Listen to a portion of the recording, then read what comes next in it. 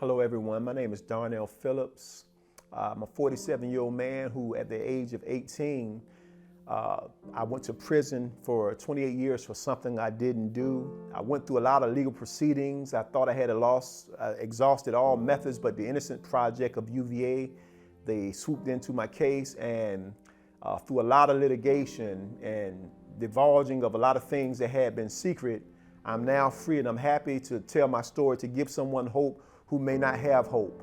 Even though our situations vary, nevertheless, hope is transferable to whatever it is you're going through. And I would like to be a catalyst to give you some type of light at the end of the tunnel for whatever you're going through.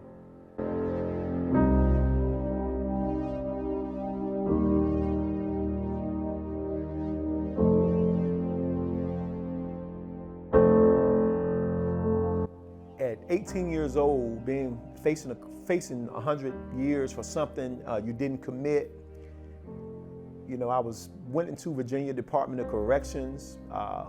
Even though the sentence on me was a sentence pretty much of condemnation, but the thing is that I had to utilize some type of hope, some type of faith, because when you go into a situation and all the paperwork you say is that you're not going to get out till 2045.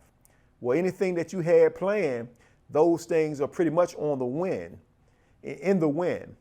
And so when I went to prison in 1992, there was a lot of media attention to my case, but privately, I had to navigate through what I knew about doing time. What I knew about time was pretty much nothing, so I had to just go off of what I saw in my surroundings. 107 years is a big weight, but to have a mindset to go through that, I had to make a decision before I even left out of the jail. I said, you know what? I'm a person of faith. I said, I promised God this, and this is really what happened. I said, I'm locked up falsely, So I need some help. I know that, I was going to go through that place, and I know it was going to be some type of challenge because of all the things that got me there, being falsely accused. And anytime you're falsely accused, there has to be some type of cover up. And so what I did was I promised God. I said, look, I know I'm going to come out of this one day. I just got that feeling, but I need strength to really go through this. And, I just need some type of peace of mind to be able to process all this until I'm released from this. And I said that when I go through here, I'm gonna do all I can to be a better man, Even though I was young, I could have let it get me bitter. I could have let it you could have committed in this thing. But I said that I was gonna go forward in this thing, and I was gonna see it through to the end. And out of all the obstacles that came, even the legal battles, the dangerous and violent environment I was in, I still kept my mind on, look, you're going to walk out of here one day, and I talked and I dealt with that every day. And I encouraged myself every day, regardless of how it was, whether it was officers, whether it was with inmates in that environment, whether it was eating certain things, whether it was a loved one dying, whether it was me just, getting turned down for parole when I had the opportunity when I started going up in the 90s. I always said to myself, you know what? Push that to the side, because you're going to walk out of here one day. What was one of the hardest things, or talk about some of the hardest things to adjust to being in prison? I mean, I know the list is many, but, talk about some things that were just really hard for you to adjust to getting to prison as somebody who had never been in trouble before and who was experiencing prison for the first time. Since everything to me was new when I was first incarcerated, I had never been to prison before. One of the biggest things for me was freedom, because I felt violated. Even though I was locked up falsely and, in prison, you tell people that, but, people never know, because people more so a lot of times believe the media rather than knowing a person. And so when I went in, the hardest thing was not having the liberty and privacy and to be afforded the right to dream. I was a young man. I was extremely ambitious. Only thing I had on my mind was going forward in I just wanted to get into a business. I mentioned before I wanted to go into the ministry. So these things didn't die in me. These things were so strong in me that regardless of how young I was, I wanted to go forth and pursue them. I saw every channel.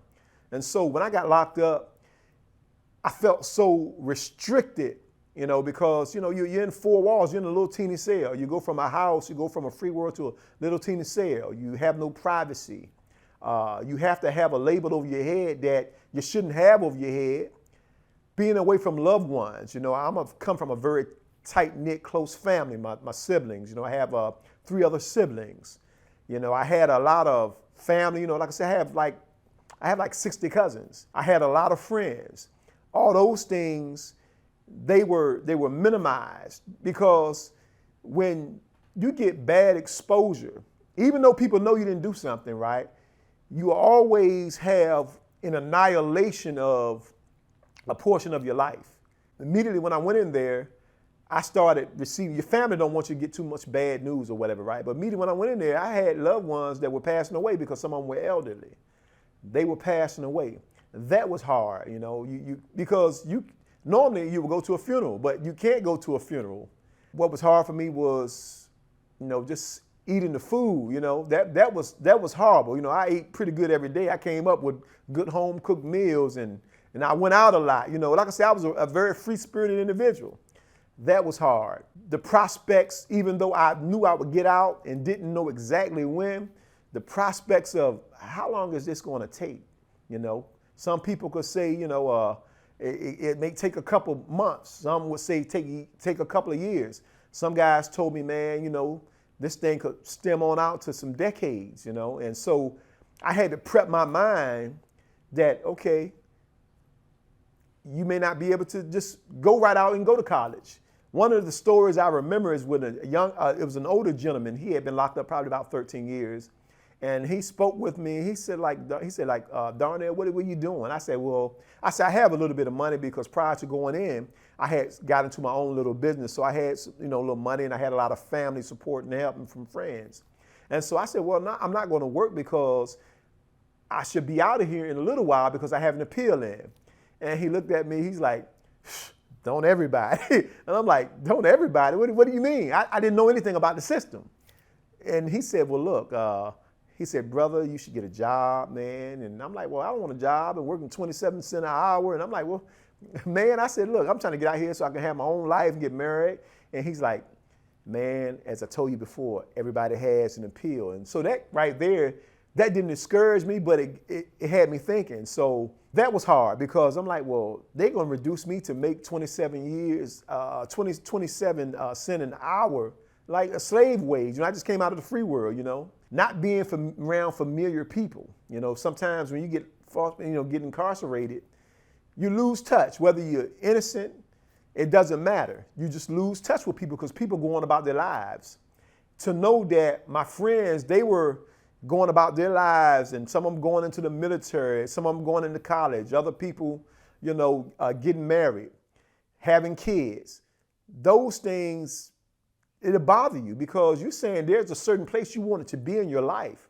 By the time I was 21, my goal, I wanted to be a millionaire, not so I could just flash money. That wasn't my goal. My goal was to be able to get married by that time, not only get married, but to have children and to be able to take care of them, and take care of my wife. I wanted all that stuff established.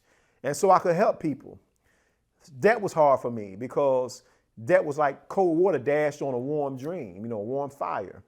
One of the real hardest things for me was just being accused of something that you didn't do. That's a hard thing. Because sometimes, regardless of what you say, it really doesn't matter because it's already been put out there that you did something. But when you know you didn't do something, that's a real hard pill. Now, mind you, my conscience is clear, but I'm having to fight a battle that someone else put me in the predicament of, I got to wage war against something legally that I shouldn't have to wage war. My family got to spend a lot of money that they wanted to use for retirement or just living a life. Those things were difficult because, I love my family, And they understood because they knew I was falsely incarcerated. But just being a man, being a young man that wanted to do things for yourself, you never want to put anything on somebody else, even though I didn't do anything. But nevertheless, your family have to experience that. And so those were some of the things, that I had to levy against. Darnell, I want to talk about you getting released.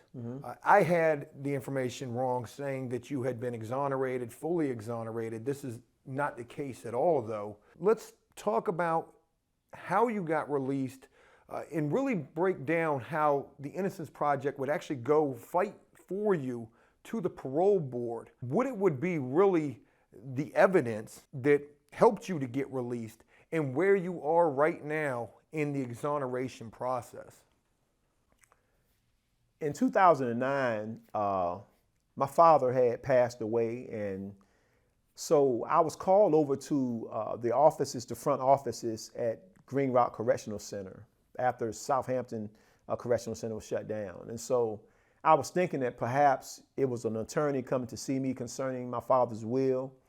And so as I was, walking down there, and I saw a young gentleman, young Caucasian gentleman, and he smiled at me and nodded his head. Evidently, he knew who I was. I didn't know who he was.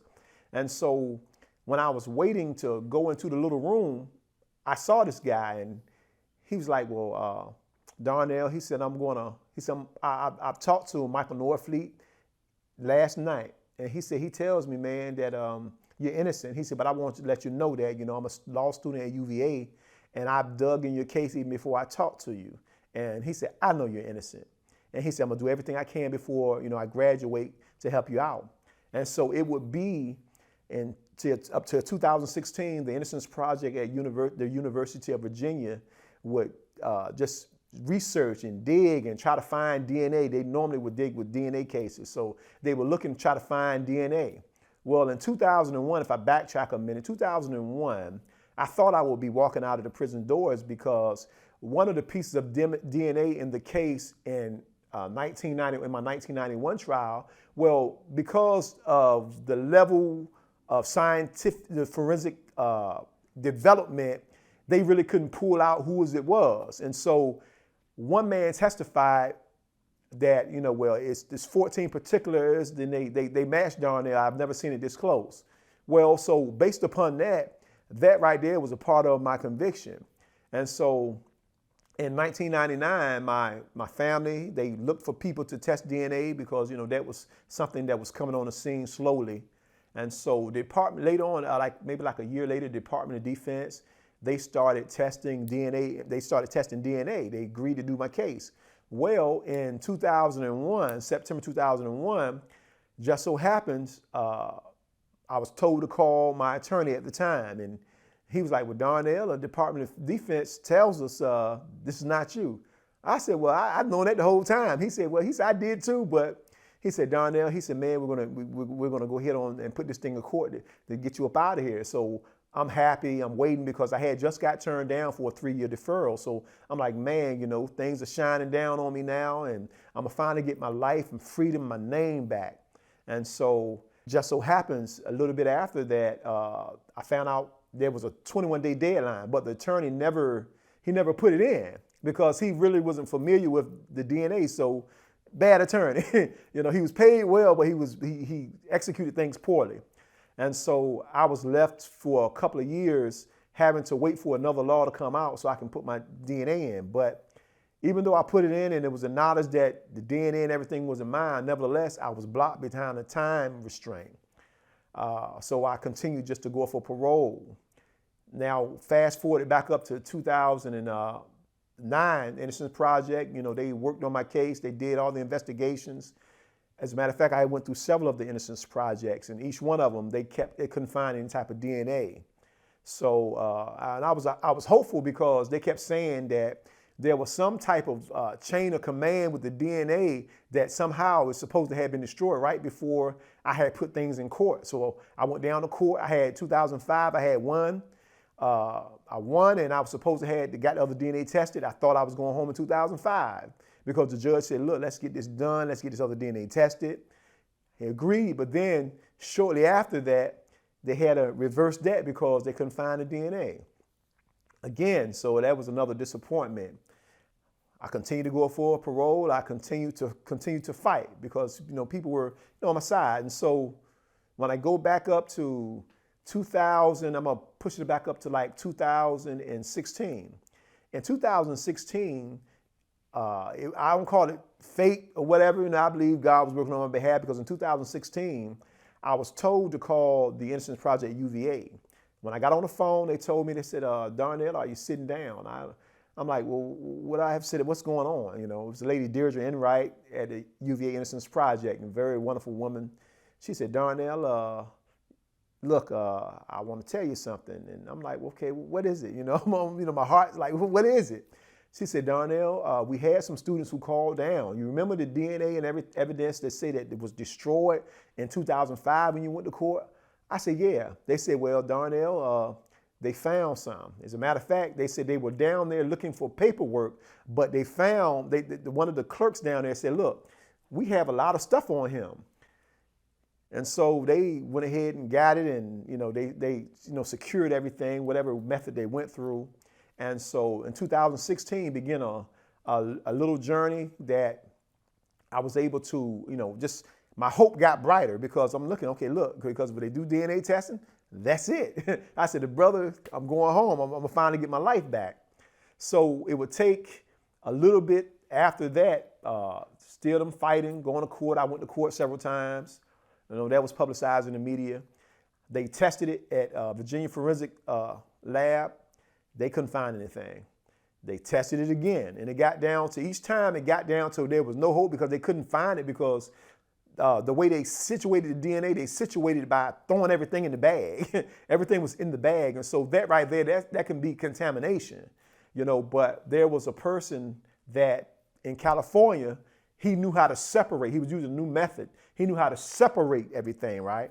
And so when he tested it finally, he found out that where they were testing and couldn't find anything, he found where DNA was. And now what threw him off, he said, when you look at this, he says, you see three markers are like Mr. Phillips. He said, but let me explain this to you scientifically. He said that 1 in 10 African-American men have the same three markers. 1 in 23, he said 1 in 23 period have the same three markers. He said, when you start getting down to the rest of the DNA, he said, it's not your client. And matter of fact, he had found some other portions of markings or whatever, right, from someone else. And so they were looking for the rest of it. They wanted to put it in the core system, but they weren't permitted to put it in the system, right? So, I had to fight through that. So I ended up, yes, sir. Why weren't they allowed to put it in the core? Well, actually, we really don't know. We really don't know why they weren't allowed to do it, right? Because legally they fought for it. But that was put in the papers that it would read in the headlines that DNA said to supposedly had been destroyed years and years before is now found, And so once they got the testing and everything done, let's fast forward a couple years later, it was 2018. Right then, on the heels of the DNA getting tested, it just so happened when it came back, my lawyers had, they said, well, you know what? Maybe we could find, the victim or whatever, right? Because this person has a right to know that they got the wrong person. Now, they talked to the victim or whatever it is, and victim knew a lot of things. She divulged about what type of police activity went on in the case and about what she found strange about the situation, how, pretty much, I didn't know this. Now I have to get to, this is in the newspapers or whatever too, right? But I didn't know that. I remember being in the courtroom and I remember them walking the victim back. I didn't know who it was. I'm in the courtroom. I didn't know who it was, but I remember them walking the victim back to where I was at because my lawyer told me to go stand in the courtroom because he saw something suspicious. Well, I didn't know that the prosecutor was actually pointing me out. So you fast forward it, years later, we found out through the victim's affidavit is that the two prosecutors who were on the case, they had actually told her, don't change your story. She was going to testify something different, but they told her don't change her story. So that's coercion. Found out that the police had told the victim that, look, You know, this guy had a long history of doing this, and, you know, he had a long prison record. As you know, was 18 years old at the time. I had never been in prison. I had never been in trouble. Right after that, you know, my lawyers, we were putting in to get get pardoned or whatever it is, right? You know, that's a pretty tedious process to put in to get pardoned. So I had already been up for parole, and so the time for me to go up for parole, they said, well, you know, why don't we just go ahead on to do what we can to get Darnell out now, so that way we can continue the fight from the outside. And so it just so happens, you know, by the grace, mercy of God, and putting it in the hearts of the people at the parole board who saw, I was released in 2018. Now, the wheels of justice turned slow, but the victim and everybody else, you know, they fought hard to get me out of here. You know, it wasn't something they fought hard to get me out of here because of the evidence, because of the recantation of the victim. Now, when you're dealing in court proceedings, one of the things, sometimes people don't like to admit wrong, you know, on a legal side, they don't like to admit wrong. So me personally, my journey has been one to not only fight to get my life back and to capture some semblance of my life and to create a foundation from where I'm trying to go to, but it is to continuously battle to clear my name. That's one thing I have been doing. Supreme Court, been to different jurisdictions of court, fighting to get my name cleared. And I'm still right now waiting for a complete exoneration, you know, from the governor. And even though, like I said, it is acknowledged, you know, I'm an innocent person.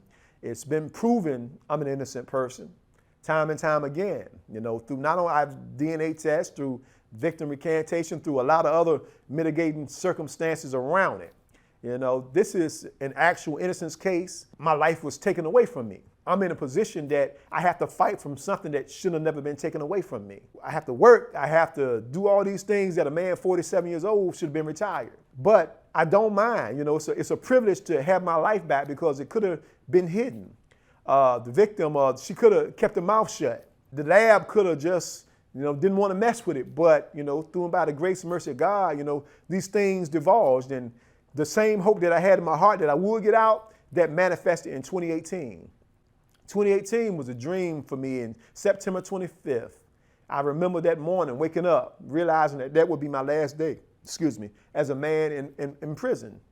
And, you know, it was a long morning because I got up 2 o'clock in the morning. They took me to St. Bride's. So it was St. Bride's, and they took me to Indian Creek. They were picking up guys, you know, and I realized that I was looking for, you know, because I've always looked at guys who had khakis on. I've always celebrated a man's release.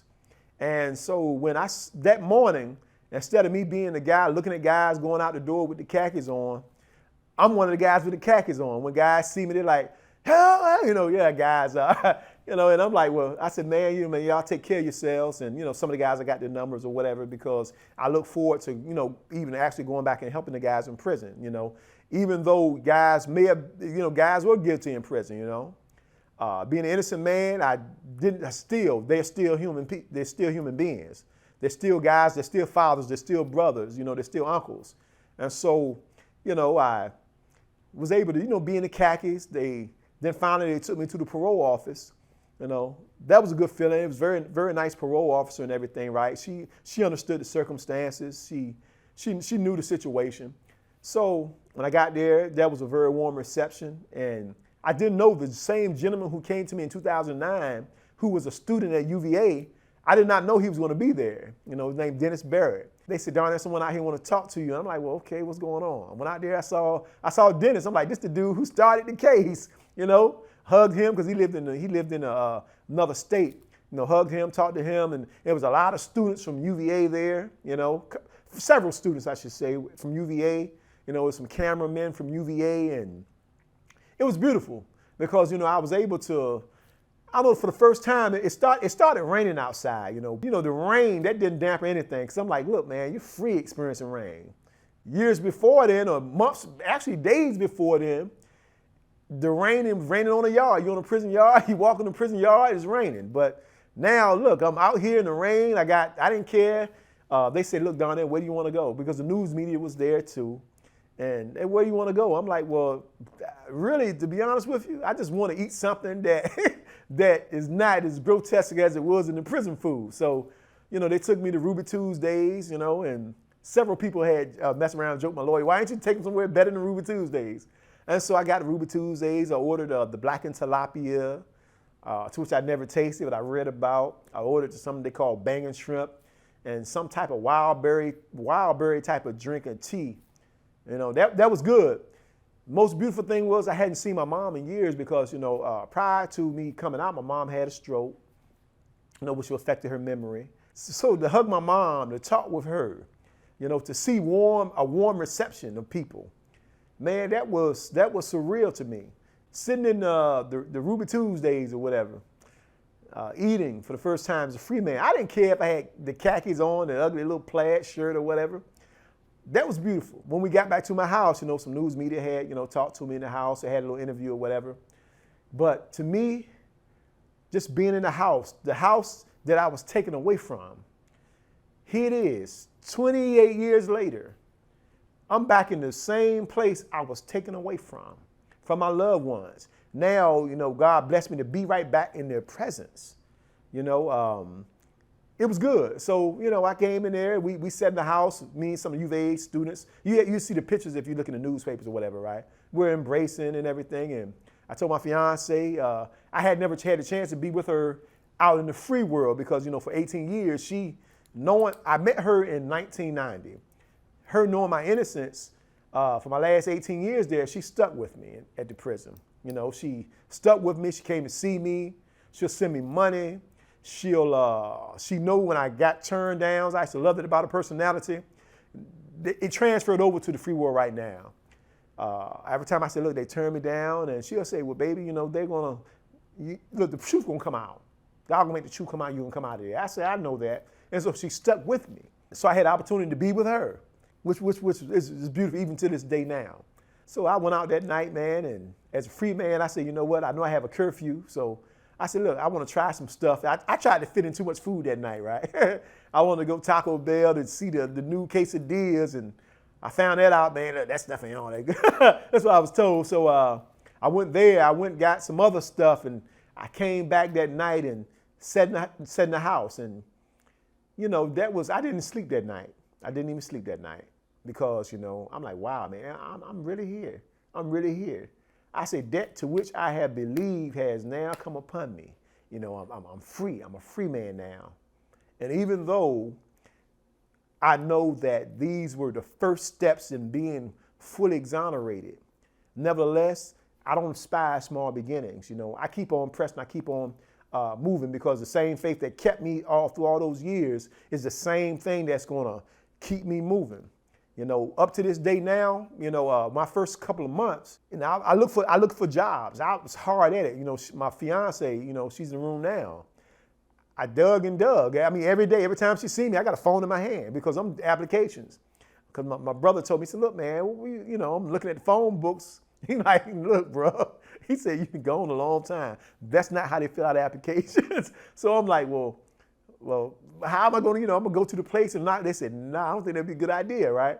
And so I'm looking for jobs. Some people want to reach out. Some people try to get me in places. I couldn't get it. Sometimes, it's a person coming out, even though I was innocent coming out. Nevertheless, sometimes when you have any type of record, people won't hire you. Sure, some people do get jobs, but won't get hired. So what I said to myself, I said, you know what? I said, all these years, I studied business. I looked at business. I studied business. I had my business plans over the years because I was always preparing to leave. And I just didn't know when. So I said, you know what I'm going to do? I'm going to break into my first level of my business plan.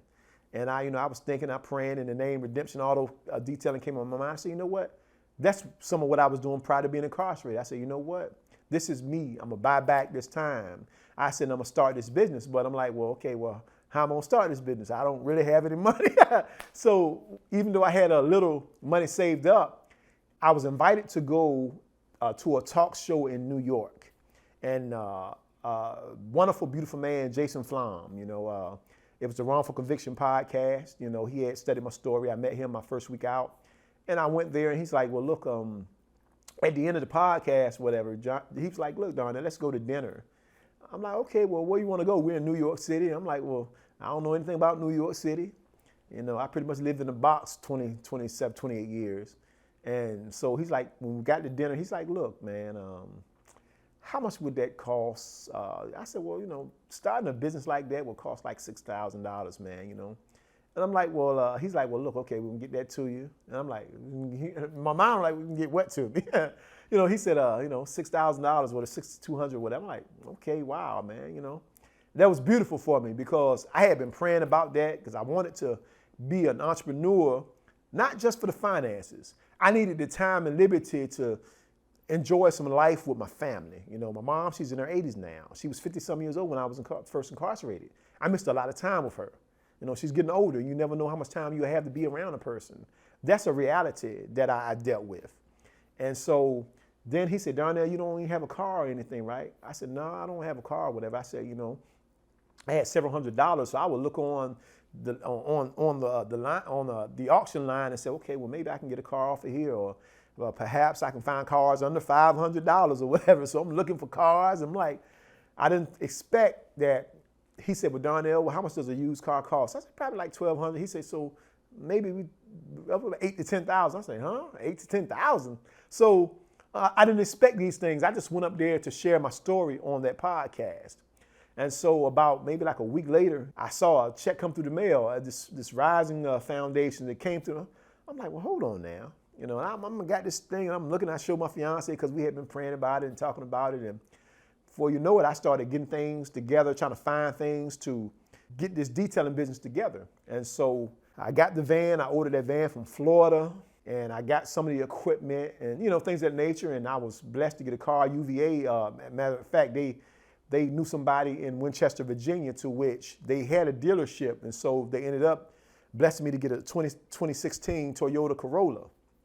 That was a beautiful thing. I mean, it was like all the blessings were just pouring on me. And so, like I said, I got the truck. I had to get some work done on the truck. Ran into a bad inspection. Once I got the truck established, you know, I was like, well, okay, well, I'm ready to do some work. So I try to get a little marketing done, you know what I mean? But I didn't know what to do. I've been going all these years. I'm like, well, how do you do it? Do you still go knock on doors with a flyer? What do you do, you know? So I went and looked up, got some business cards or whatever. I just started doing a little work.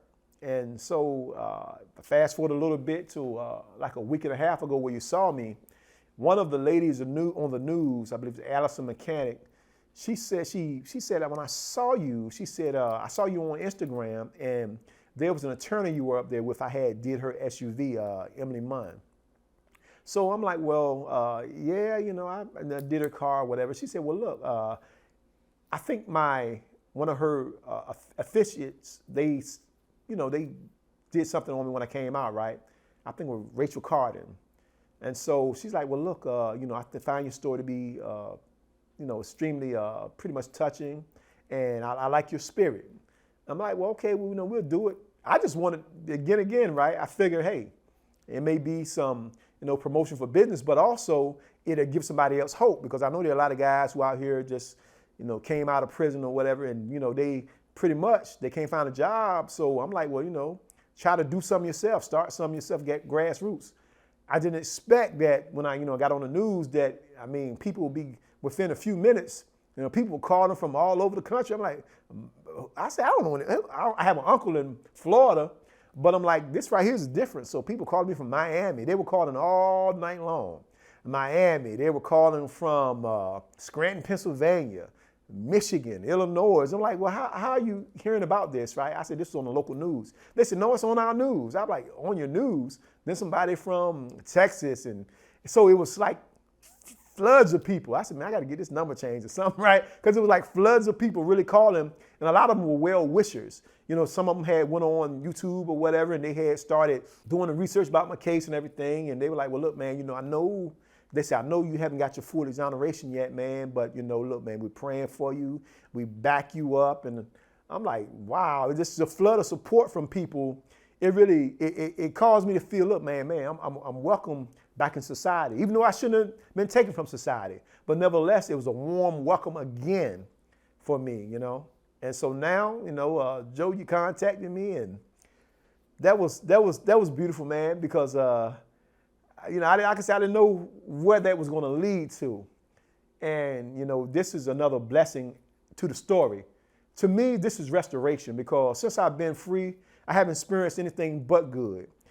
Even when, I didn't have a job or didn't have a business, right? And I'm nowhere near where I want to be in my business. I'm nowhere near where I want to be in life. But nevertheless, to have an opportunity to pursue a goal, to pursue a dream, to pursue a vision, hey, I'm happy. I'm happy right now. I'm overjoyed. Let's talk about the full exoneration that you just mentioned and, what it would take for you to get this full exoneration. What are you waiting on? And also, do you think that because they don't have nobody else, does that play a role into this as well? Because, had that DNA hit for another person, it would have probably been a lot quicker. Right. Do you feel like that plays a role into it as well? And also, if you don't want to talk about this is, I totally understand that, but I do want to ask, you're an innocent man. You have to register out here. Talk about how that is. That's got to be it's got to be a very disturbing situation to say it mildly. Well, right now, I'm waiting for right now what would take for me, even though I'm out here now on papers, what would take for me to be completely exonerated. Everything's in place now. The pardon's in, things are in court, so everything is in motion. All I need for, to just them acknowledge the innocence, to acknowledge the facts that have already been conveyed before them for years. And, being out here now as an innocent man, having to register, that is one thing that, of course, you don't look forward to it because you have to take time to register for something you didn't do, and that right there, that'll come up on paperwork. If I was looking for a job, that would come up on paperwork. And so to me, even though, I have a wonderful parole officer who understands, but nevertheless, who wants to be registering for something you didn't do at all? That right there can be an irritant, but I'll just roll through it because it gives me opportunity. If I had to go through all that just to be around my family, just to be around my fiance, just to have a life until I get my full exoneration, then, it's worthwhile. I know that, when you're going through legal processes, it's a fight. And so I look at this as another portion of the fight, and pretty much. You've been given this second chance at life after 3 decades in prison for a crime that you didn't commit. What are the dreams and aspirations that you have for yourself getting back out here to experience life again when it should have never been taken away from you in the first place? One of the things I look forward to doing is helping a lot of younger men. They doesn't have to have been incarcerated or whatever, but I can see the deficit in a lot of leadership out here. I wanted to open up, as I mentioned before, when I first went into the prison system, I had got licensed in ministry. This church came up. He saw potential in me. I got licensed for ministry. And one of the things I wanted to do with that ministry is not just to have just the regular basic church services.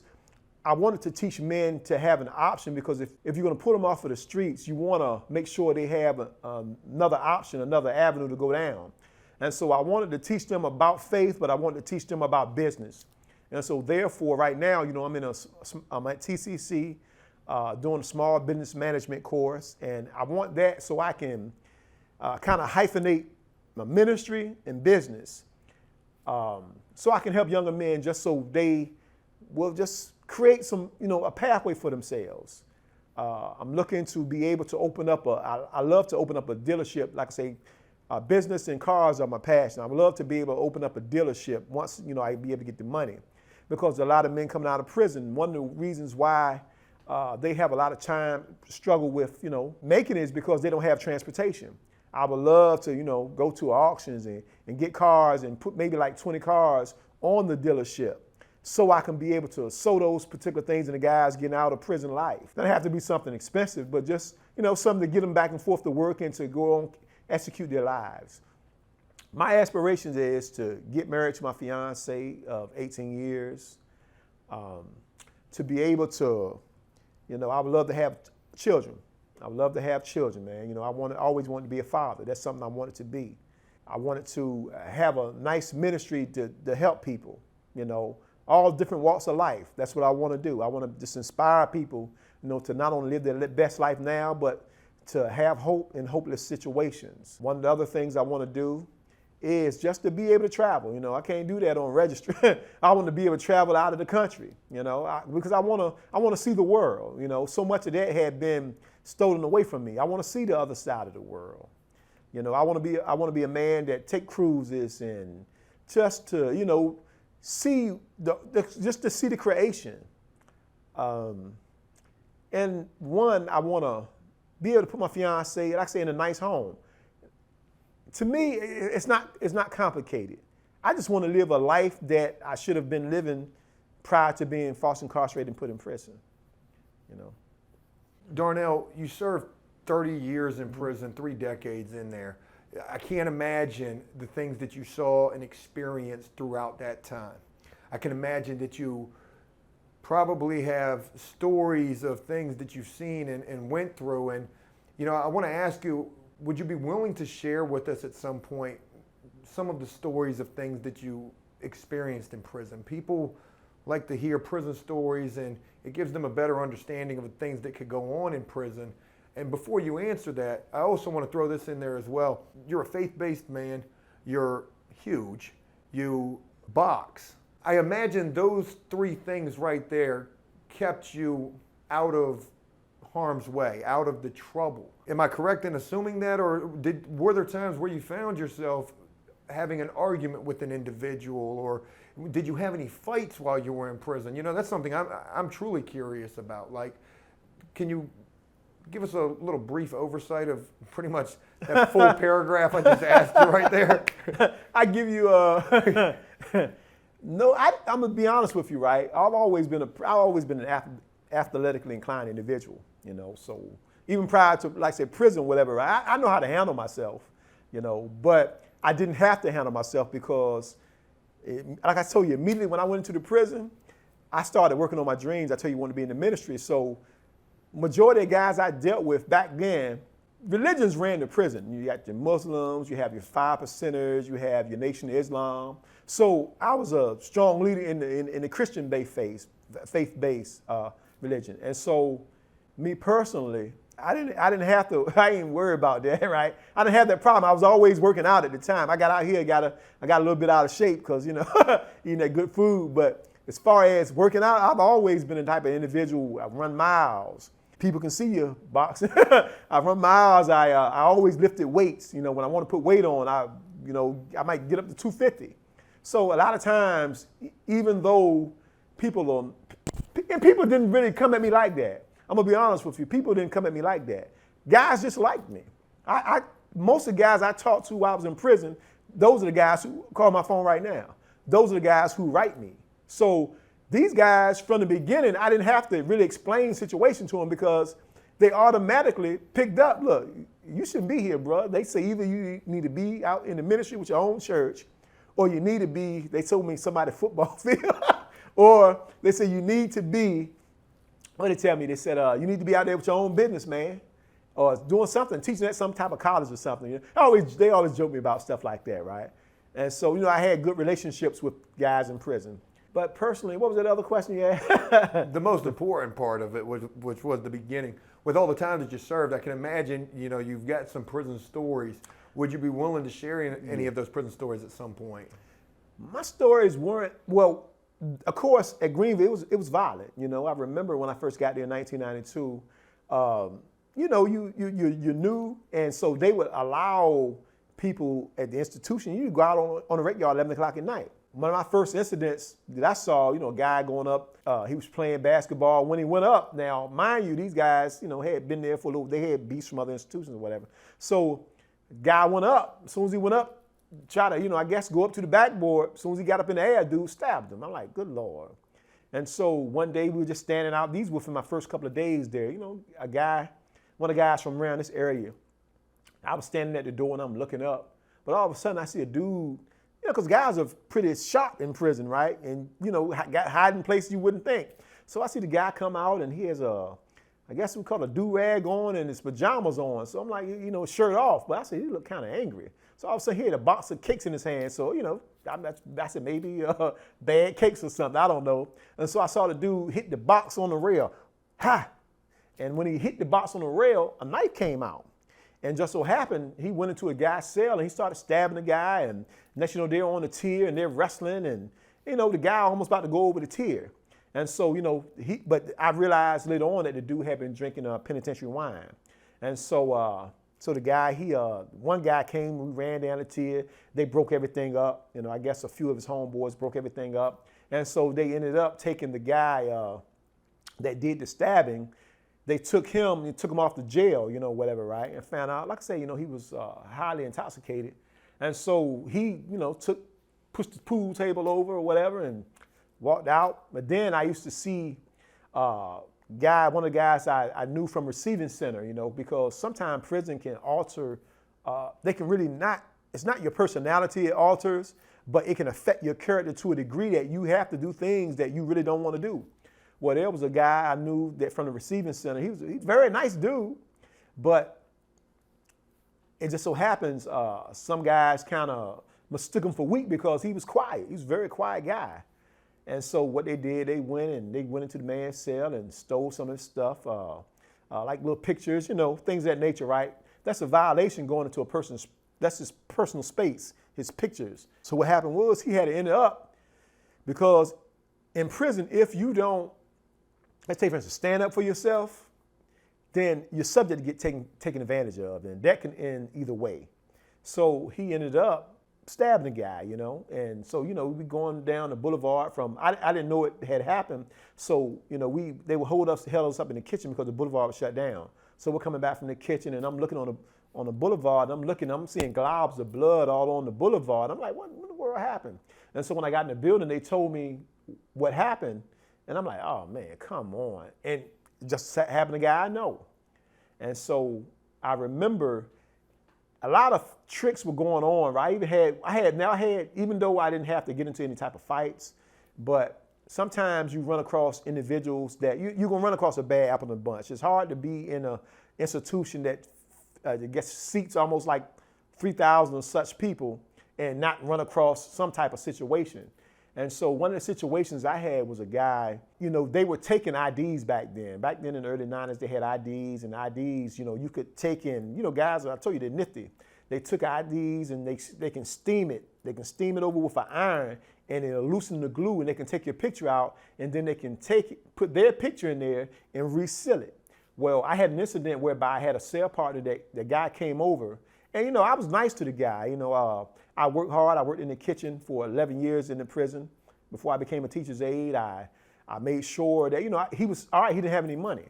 And so what he did was he got my ID one day because he knew I had money. I would always go to canteen. So he would sit up at night. He would act like, well, you know, yeah, you know, he's a man of faith too. And he'd clap hands and we sing songs. And so one day I was looking for my ID, and I'm like, well, where's my ID? And all of a sudden his friend came to the door and he said, hey man, your state number such and such. I'm like, well, no, it's not.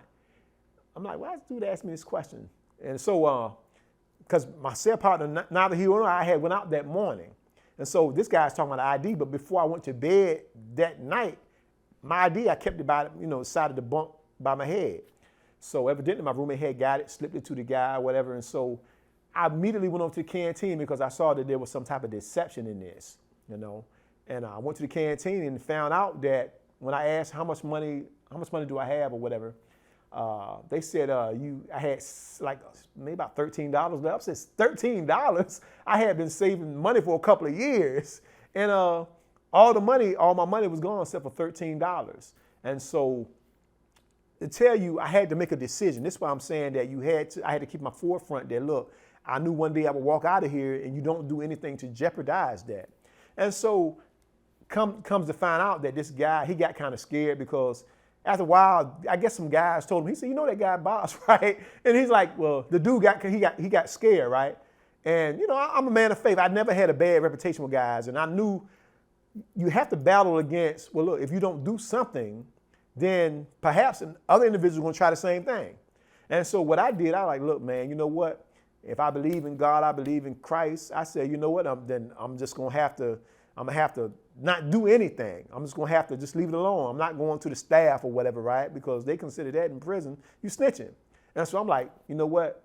I said, I'm going to walk out of here one day. So I said, I need to keep my head on. So what I did was, I went, and the lady was told by another officer who liked me, my money had been stolen. They said, well, you know what? They were doing the same trick in another unit and cluster.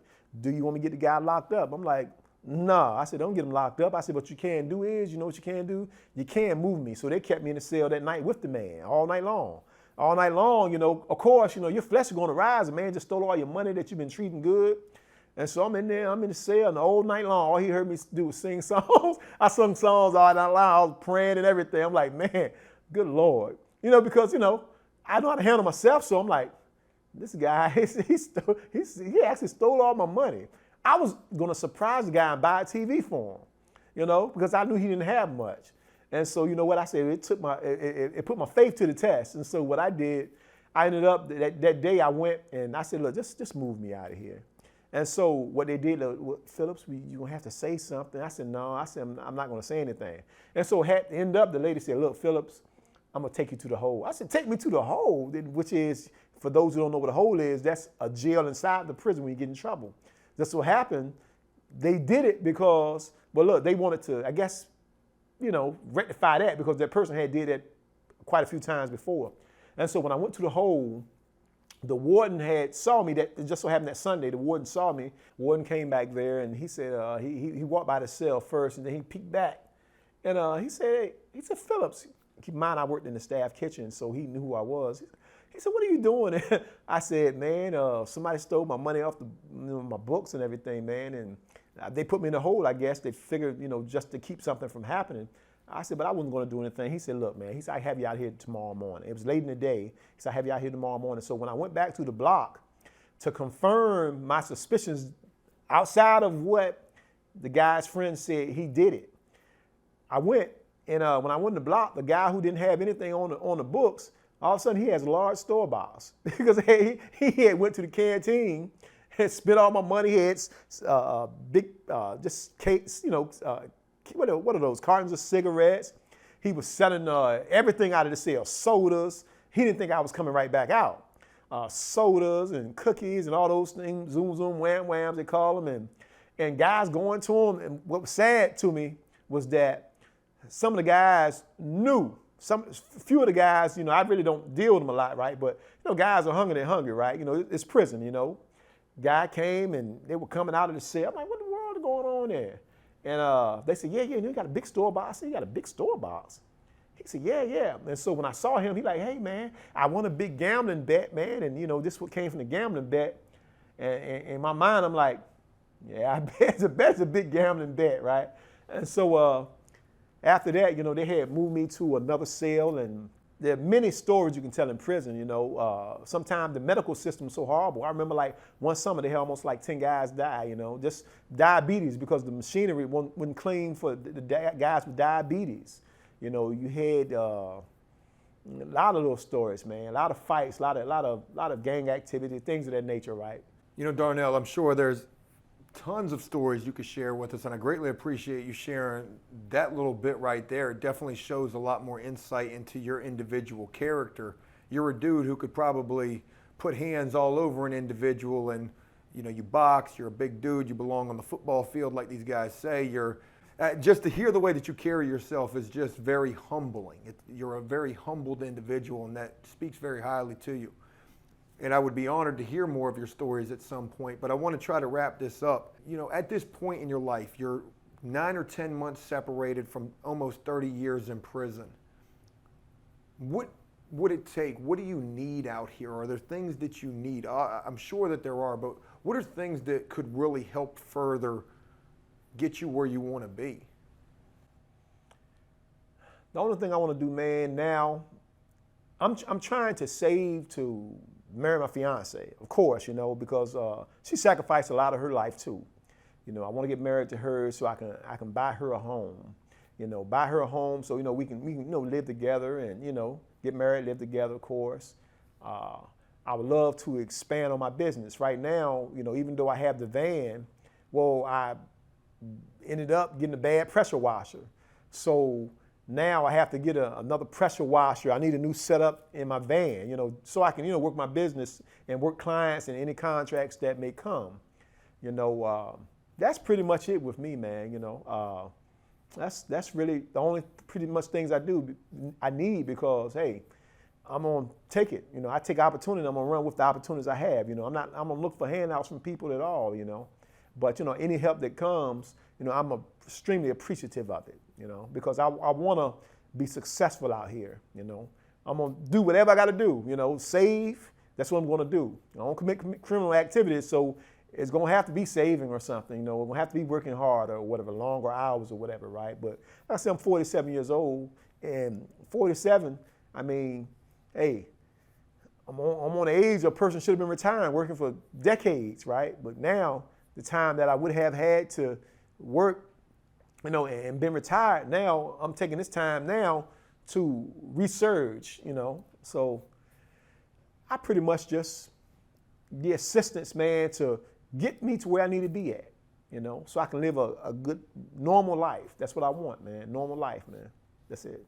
If you could leave people with some parting words, or, if there's something that you would want people to take from you, from your story, what would that be? I would say above all, man, trust God above all. Just to know that, I went through 27, almost 28 years of false incarceration, and a lot of times to people, you may be going through things that you feel as if it'll never change, it'll constantly be a season of bad news, bad things happening to you. But I want to say that there's also another side. Sometimes things just go on for years and years. It may just be one big catastrophe, after another in your life. But I want to let you know that things can change. You can have hope. You can look forward to a future. I would say, even though you may be going through your darkest moment right now, plan for the other side. That's what I did. You plan for the other side of that situation. Some people may be going through, depression. That tried to come on me for years, depression, But I want to say to you, don't take your life. Don't look. You're worth more than that, because that situation is just temporary. Press through it. Know your self-worth. Know your value. Know that you do mean something to people, and there are people out here who will help you. I like to extend this to you if you would like to. If you need any type of encouragement, my email address is capital DARNPHIL19@yahoo.com. It would say darnphil19@yahoo.com. You can reach out to me. I know what it's like to go through hard situations.